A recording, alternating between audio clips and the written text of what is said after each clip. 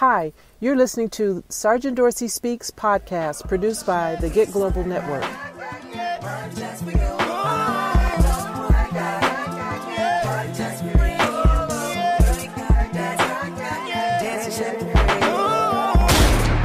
This is America.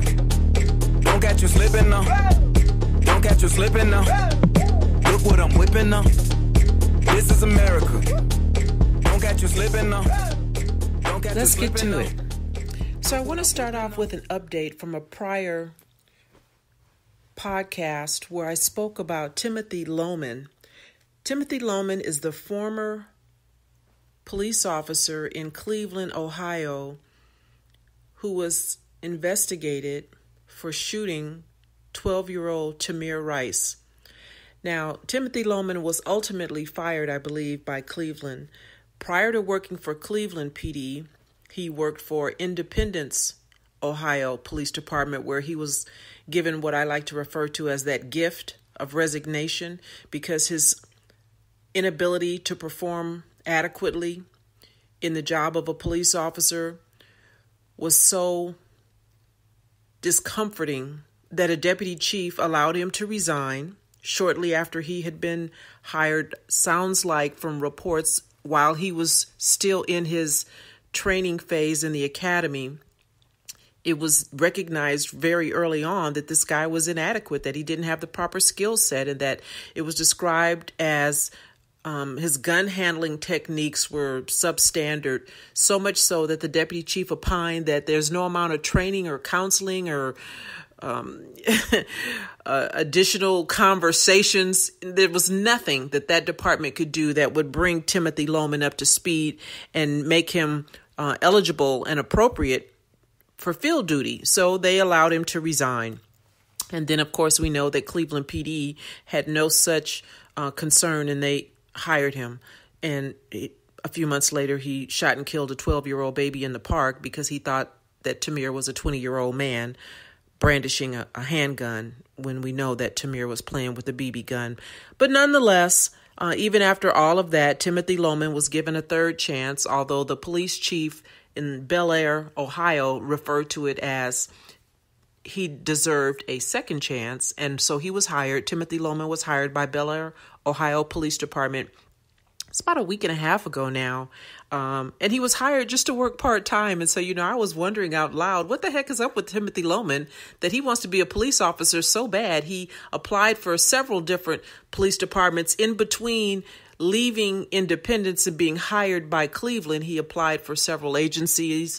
Those departments did their due diligence and didn't hire him. And so at the end of the day, he goes over to Bel Air and he wants to work just part-time. He wants to be the police so bad he's willing to do it on a part-time status. And so I talked about this on my other social media platforms, and I asked everybody who could hear my voice to express their concern and displeasure, and certainly stand in the gap for the family of young Tamir Rice, and contact that police department and let the police chief, I believe his name is Richard Flanagan, know that Tamir deserves better. His family deserves justice. And this is a gut punch, if you will, to hire Timothy Loehmann. So now it's been reported in the news that Timothy Loehmann quit his job at Bel Air, Ohio Police Department. And so, listen, we're seeing examples of what happens when we get engaged and involved. And I urge everyone to continue to do that. Do not allow these police departments and these police chiefs to operate in a vacuum. I believe that probably Timothy Loehmann will seek employment somewhere else. And so when that happens, I'll certainly mention it. I know that Black Lives Matter was very involved and vocal in their opposition to his working at Bel Air Police Department. And so we will continue to monitor that. And I'd like to think that, if we pay attention to what's going on over in Oklahoma with Betty Shelby, Betty Shelby is the officer who shot and killed Terrence Crutcher, was given the gift of resignation from the Tulsa Police Department and went on to a neighboring sheriff's department where she's currently working as a reserve. And you understand that a reserve is quasi part-time as well and kind of free. So again, we have another person who has killed a black man and is just determined to be the police and will do so on a reserve status just so she can carry a gun yet again. But they did one thing further over there in Tulsa. They have given this woman, Betty Shelby, accreditation to teach police officers throughout the entire state of Oklahoma a course which I call How to Get Away with Murder. They've termed it Surviving a Critical Incident. And so I think the same kind of pressure needs to be applied not only to that agency that hired Betty Shelby, but to CLEAT, CLEET, which is the governmental entity that approves in-service training for police officers in the state of Oklahoma. And so CLEAT is the agency that is responsible for providing Betty Shelby with accreditation to teach every uniformed officer in the state of Oklahoma how to get away with murder. So we need to be attentive, we need to be diligent, and we need to make sure that that accreditation is reversed. On to the next news item. I want to say thank you to iHeartRadio, and I am so excited that now my podcast, Sergeant Dorsey Speaks, can be heard on just about every podcast platform that is available. I am now brand new to iHeartRadio. And so for those of you who may be so inclined, follow and subscribe to me over on iHeartRadio and tell a friend. Also recently, I had the great pleasure of appearing on TMZ Live. I was interviewed with regards to a documentary that I appeared in, which is called Race War. Race War movie premiered on Saturday over the weekend in New York, and it will soon premiere here in Los Angeles this coming Saturday, October 20th. So please go to racewarmovie.com, the website, and check for listings and locations in other cities to come. That's Race War Movie. And for anyone who's interested in hearing my commentary, you can listen to my interview with TMZ Live on my YouTube channel, Sergeant Dorsey Speaks, and that's the abbreviation for Sergeant, SGT. Listen to my YouTube channel, Sergeant Dorsey Speaks, for the TMZ Live interview, as well as other interviews that I have done on major national networks like CNN, Fox News, MSNBC, HLN TV. You can find all of those archived on my YouTube channel, Sergeant Dorsey Speaks. I recently came across an article with regards to a police chief, a former now police chief in Biscayne Park, Florida. You know, I talk about the problems on police departments being cultural, being systemic, and being top down. And when I say top down, you know I mean from the police chief on down. The institutionalized racism that I have witnessed and we have witnessed on a national scale sometimes is generated, is condoned, is encouraged by the head of some police departments, police chiefs, sheriffs, commissioners, superintendents.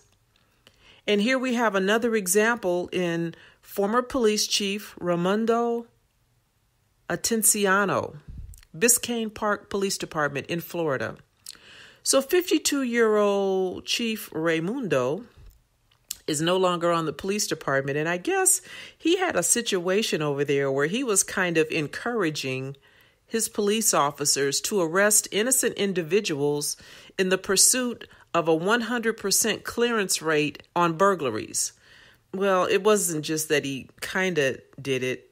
He actually did do that.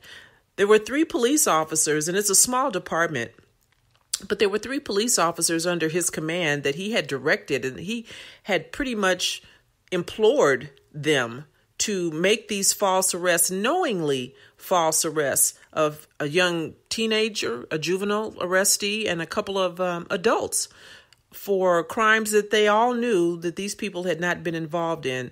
And so there was a history of allegations of racism coming from people in that town. And yet when young Chief Raimundo made a plea deal and pled guilty to violating the civil rights of these 3 individuals, it was reported in the paper that race was not a factor. And I don't understand how they came to that determination, how the prosecution came to that determination that race was not a factor when there's a record of claims of racism in that town. So what Chief Raimundo had done is that he was so determined to try to prove that he was clearing up instances of burglaries in his area that he encouraged his officers to falsely arrest folks. And so to that end, 3 of those officers, or the 3 officers that were involved in this fairly regularly, have also pled guilty. Officer Charlie Daub, Officer Raul Fernandez, and Officer Guillermo Ravallo have all, in their own particular court cases, agreed to take a plea deal in the furtherance of either no criminal sentence or minimal criminal sentence, and the agreement to cooperate as they went after Chief Raimundo Arteziano for violating civil rights. And so these 3 officers, as well as the police chief, are all gone now. Mr. Arteziano was given that gift of resignation back in 2014. And what's interesting about this police chief is that he too had worked on several other police departments before he went over to Biscayne as the police chief. He was a police officer in Sunny Isles Beach, Hialeah, and worked for the Miami-Dade County Corrections Department prior to becoming the police chief in Biscayne Park.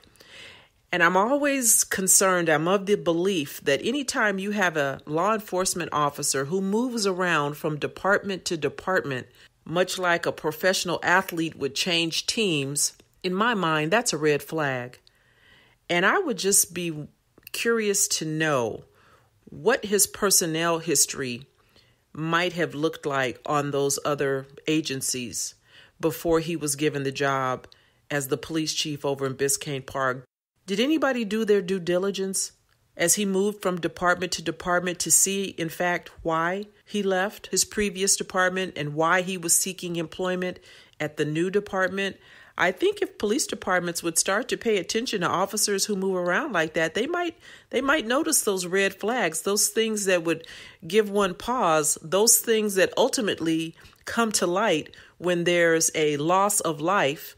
And now you can no longer shield or hide this officer's errant personnel history.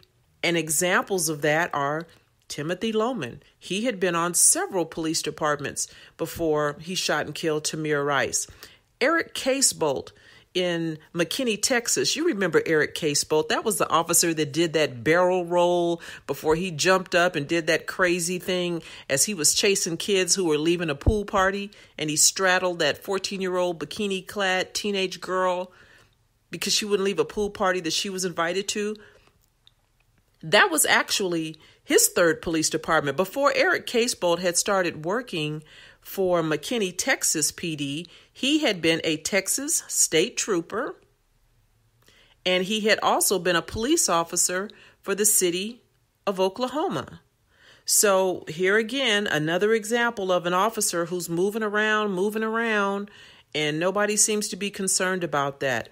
There was another gentleman in Inkster, Michigan, Floyd Dent. He wasn't killed, but he was beaten savagely by a police officer. I believe his last name was Melendez.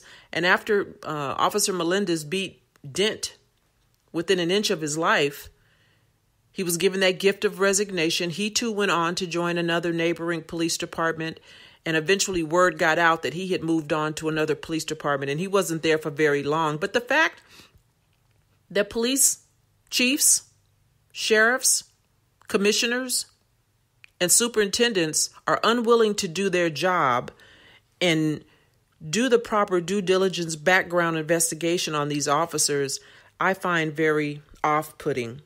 And when you understand that there are 18,000 police departments across the nation, you begin to get a sense for how prevalent these police officers who really should not be police officers, but yet have been taken in under the wing of, shielded and protected by heads of departments. I would imagine that the numbers of officers out there like that is probably more than we would be comfortable admitting.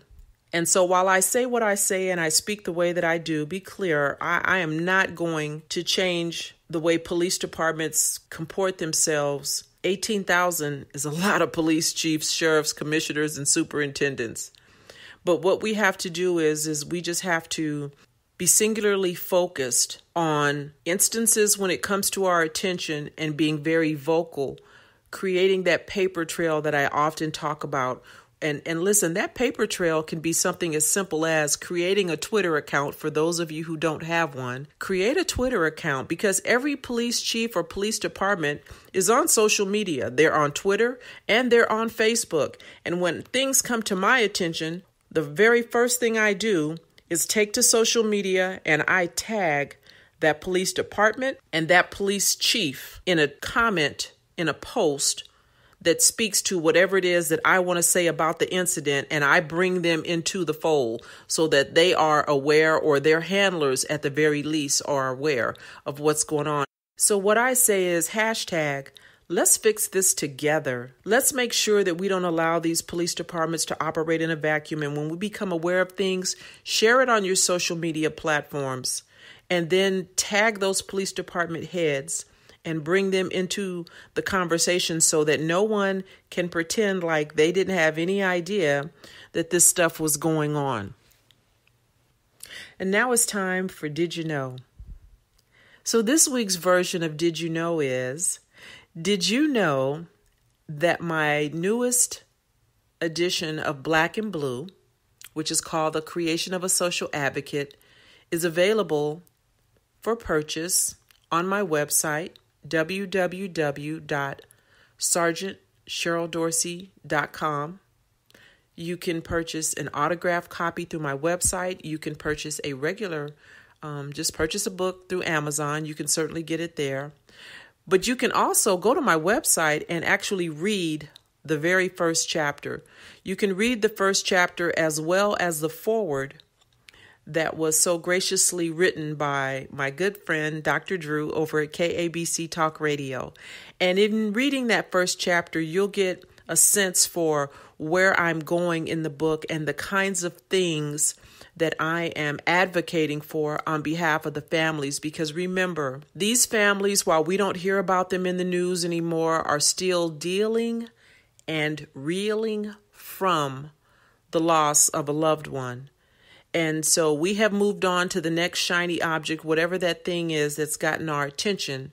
But these family members continue to struggle mightily, either for justice in the name of their loved one or just trying to overcome the circumstances and the consequences that have befallen their family as a result of a police officer who decided consciously to violate department policy, and in some instances to violate a person's civil rights and use deadly force, create a situation to escalate an encounter to a use of deadly force, and using that deadly force immediately as a first resort rather than, as police officers are taught and trained, deadly force should be used as a last resort. That's the thing that you do when you've tried everything else, when you've verbalized, when you've maybe had to grab someone forcefully and they're still not complying, you're not able to gain control of them and take them into custody. When you've done all of that, then deadly force may be justified. And so I'm very committed to educating and informing the public about how police officers are trained, educating you on police culture and why it's going to be so difficult, but we must be singularly focused on changing that culture and what that change is going to look like. And so going forward, I'll be talking about on my social media platforms some ideas and ways in which I think this can be accomplished. And I have created something that I am referring to as the Comply and Complain Tour, where I will be going from city to city, speaking with people about how you attack that system, how you navigate within that system, and how we ultimately change that system. So, until next time, be good and be safe. This is America. Don't catch you slipping now. Don't Don't catch you slipping now. Look what I'm whipping now. This is America. Don't catch you slipping now. Don't catch you slipping now. Look what I'm whipping now. This is America. Don't catch you slipping now. You have been listening to the Sergeant Dorsey Speaks podcast, produced by the Get Global Network. Please take time to subscribe to the podcast on podcast platforms like iTunes, TuneIn, Spotify, Google Podcast, Spreaker, Stitcher, and many other platforms. The podcast is also available on the Alexa and Sonos wireless speaker systems.